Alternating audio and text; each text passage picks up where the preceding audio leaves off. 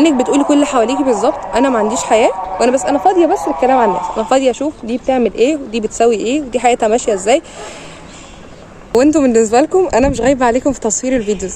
بس هو حقيقه انا غايبه شويه، انه زي ما انتم شايفين انا بره اوضتي، بس حسيت ان انا مش هخسر حاجه، بالعكس انا حاسه الفيديو النهارده هيبقى تلقائي اصلا كده، وبجد في حاجات جوايا عايزه اتكلم عنها. حبيت استغل ضوء الشمس وقلت اصور لكم فيديو عن اوحش حاجه ممكن البنت تكون متصفه بيها، صفه يعني هي لو فيكي ارجوكي انا هقول لك النهارده كمان ازاي تحاولي تبطليها.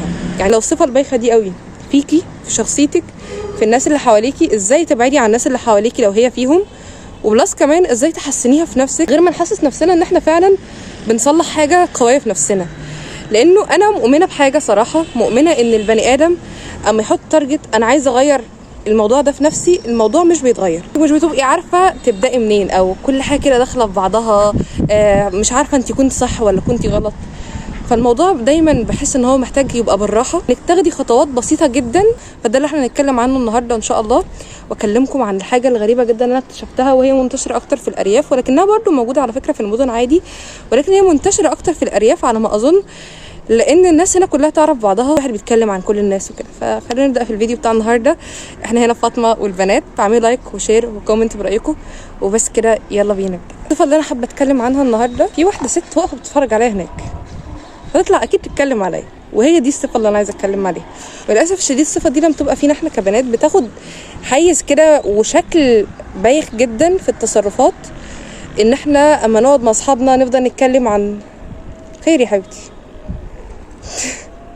لا حول ولا قوه الا وقفت تضحك لي. انك ممكن تكتشفي الموضوع ده اما تقعدي مع واحده صاحبتك معينه وتلاقيها بتتكلم عن صحابها التانيين، اذا كانت بخير ولا بشر. هو الموضوع لا يختص على فكره خالص بفكره خير او شر، هو الموضوع في فكره اصلا ان انت تكوني متعوده ان لسانك بس بيتكلم عن تصرفات الناس التانية، حاجه على ما اظن مش مقبوله خالص. لان ما اظنش ان البني ادم له حق بكل الاريحيه اللي الناس بتتكلم بيها عن الناس ان هو يجيب في سيره كل الناس ويقول اصل ما ينفعش كانت تعمل كده، اصل هي ليه تعمل كده. الموضوع يتحول بان انا احسن منها وان انا بعملش التصرفات دي، وحط نفسك ان ربنا سبحان الله استغفر الله العظيم والله حاططني حاكم على الناس، اقول مين يعمل ايه ومين تصرفه غلط ولا لا ومين ازاي يعمل كده. فكره ان شئتي ام ابيتي وانت بتتريقي على التصرف المعين، وبالذات الموضوع لما يكون تريقه اللي هو استنقاص، ان هي ازاي تغلط. حبيبتي انت كمان ممكن تغلطي، وده اللي انا عايزه اقوله. انت مفيش حاجه مضمونه ان انت ما تغلطيش، مش معنى انت ما عملتيش غلط ده دلوقتي ان انت مش هتعمليه بعدين. اصل سبحان الله يعني قلوبنا وعقلنا وتفكيرنا وكل حاجه. انا مخيوره شويه بالست اللي هناك عشان انا عماله تبص عليا بتبقي فاكره ان كل حاجه في تحكمك انت، وان انت بتبقي فاكره ان كل حاجه انت اللي قادره تعملي ايه، وانت اللي قادره تتكلمي ازاي، وانت عارفه تصرفاتك وحاسباها كويس قوي. بس حبيبتي دي مش الحقيقه، دي مش الحقيقه. حتى لو انا عايزه اقول لكم ان انا مش مثلا بتكلم كده وبنظر على الناس اللي بيتكلموا عن انا داخله، انا عايزه اقول لكم حاجه مهمه بس بعدين. المهم عايزه اقول لكم الحته دي دلوقتي، ان انا مثلا ما عمري ما كنت بتكلم، لا اكيد واكيد. الفكره ان الاعداد دي بتبقى حلوه جدا، تحسي انك عايزه تسمعي ده ايه اللي حصل، والبت دي عملت ازاي، والراجل ده قال ايه. والفكره ان الموضوع بقى منتشر في الارياف، مش بس في تصرفات ان حد عمل حاجه معينه في حياته فانت عرفتيها، لا يا جماعه الناس هنا عارفه اسرار بيوت. يعني انت بتبقي قاعده بتسمعي فجاه تعرفي ده حصل ايه معاهم في البيت، ايه ومش مشكله مثلا في البيت فانت عرفتيها عشان هي طلعت تشكي، لا انت عارفه. ده هنا يا جماعه بيتكلموا لو واحده طلعت يعني لو واحده طلعت المراتب بتاعتها دي بتنظف البيت، يا اختي فايقه وبتنظف حبيبتي. طب يعني وبعدين نفس الشخصيه اللي دايما بتكون بتتكلم عن الناس وتقول ومراقبه تصرفاتهم قوي كده، هي بتزعل قوي على فكره لو حد اتكلم عنها وتقول لا انا محدش يتكلم عني وانا بعمل ايه غلط وانا وانا وانا وانا. حبيبتي انت شايفه انت عملتي ايه اصلا في الناس؟ انت ما رحمتيش حد، انت مستنيه بقى حد يرحمك. وكنت لسه بقول لكم الحاجه الاصعب ان هما بيخشوا في اعراض، ودي حاجه لو موجوده فيكي كبنت دي حاجه مش هقول لك بقى لازم تبطليها، دي حاجه كارثه. يعني اذا كانت دنيويا ولا اخرويا. انت فاكره مثلا عرض البنت اللي انت بتتكلمي عنها دي، ولا اللي بتشتميها بلفظ معين لان هي عملت تصرف معين مش عاجبك، او انت تحسي انك ما تعملوش، او للاسف بقى شديد ممكن البنت اللي قاعده بتتكلم عن البنت التانية دي تكون اصلا بتعمل نفس التصرفات القذره دي، ولكنها قاعده بس وسط اصحابها ومبسوطه انهم بيجيبوا في عرض بنت تانية. تزعل قوي لو حد اتكلم في عرضها، ولا حد شتمها شتيمه مش كويسه. فليه؟ انا هنا مش بتكلم والله مش عشان انظر على اي واحده بتعمل التصرف ده، ولا انها بقول ان انتي ما ينفعش، يعني مش بهاجم، بس على قد ما انا صعبان عليا والله العظيم بحق الحلاوه الواحد، المنظر الجميل الواحد قاعد فيه ده دلوقتي، حق ربنا انا مش صعبان عليا قد ان انتي بتحطي نفسك في زون ما ينفعش انتي اولا كبنت تكوني فيها، وقصاد ربنا يعني والله ان الموضوع ده حسابه عسير، الموضوع ده مش حسابه كده سهل، ما كانتش كلمه، ما كانتش راي. طبعا الموضوع ده بقى موجود على السوشيال ميديا، ويعني الناس بقى الكبار اللي بيعرضوا حياتهم، عشان كده ضد الصراحه، يعني بقيت ضد ان البنت تعرض حياتها، ان اي بني ادم عموما يعرض حياته على الملأ يعني، واستنى راي الناس فيه، حاجه مرفوضه بالنسبه لي. المفروض بقى اقول لكم الحلول العمليه المفروض نعملها علشان نبطل لو الصفه دي موجوده فيكي، او لو الصفه دي موجوده في اللي حواليك. وانا عايزه ابدا بالنقطه دي، لو الصفه دي موجوده في حد من اللي حواليك، اذا كانت بقى صاحبتك المقربه، اهلك، اصحابك كلهم، لو هم اصلا بيعملوا كده، تاكدي ان اصحابك اللي انتوا قاعدين مع بعض عاملين بتجيبوا في سيره بنت ثانيه صاحبتكم او شله ثانيه، اعرفي ان وانتي مش موجوده حبيبه قلبي سيرتك هم بيجيبوها. كنت بقول لكم ان تاكدي ان هم وانتي مش موجوده اكيد بيجيبوا في سيرتك، واكيد بيقولوا اصل فلانه ما كانتش المفروض تعمل كده، اصل شوفوا هي عملت ايه، ما كانش مش عارفه ايه. فتاكدي.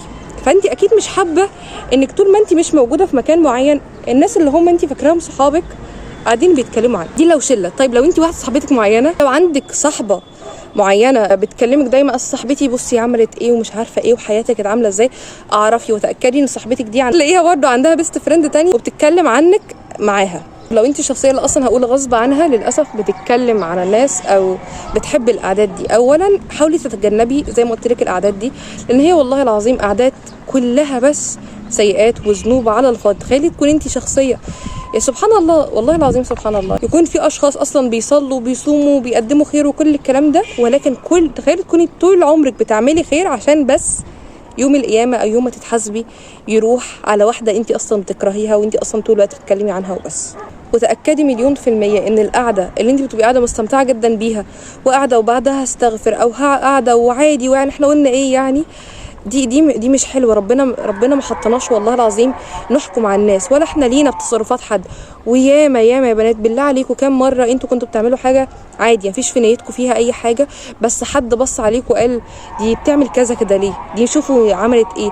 فالمنظر الخارجي لاي حاجه في الدنيا ده مش معناه ان هو باطن الامور. انا دايما مؤمنه بكده، مش معنى انك شفتي اشخاص معينين بيعملوا حاجه ما انت ما تعرفيش ظروف البنت دي عملت كده ليه، ما تعرفيش هي يمكن مضحوك عليها، ما تعرفيش هي يمكن ماشيه ورا قلبها في حاجه معينه، انت ما تعرفيش حاجه، وانت لو مكانها يمكن تعملي نفس اللي هي بتعمله اكتر. فانت باي شكل حكمتي عليها ان هي ما ينفعش تعمل حاجه دي، كانك انت بلا ذنوب، كانك انت بلا اخطاء. نمسك احنا بقى اخطائك واحده واحده ونقول انت بتعملي كذا ليه وبتعملي كذا ليه. يعني باي عقل البني ادم يحط نفسه حاكم على الناس وان هو عارف كل واحد بيعمل ايه وبيسوي ايه؟ ده الحمد لله والله العظيم ان ربنا مش مخلينا يعني بنحكم على بعض.